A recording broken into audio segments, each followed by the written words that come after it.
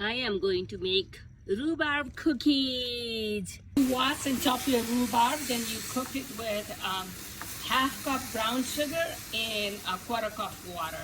Quarter of a teaspoon of pure vanilla and quarter of a teaspoon of baking powder, 2 eggs, 2 cups of gluten-free or any kind of flour, and also 2 cups of rolled oats.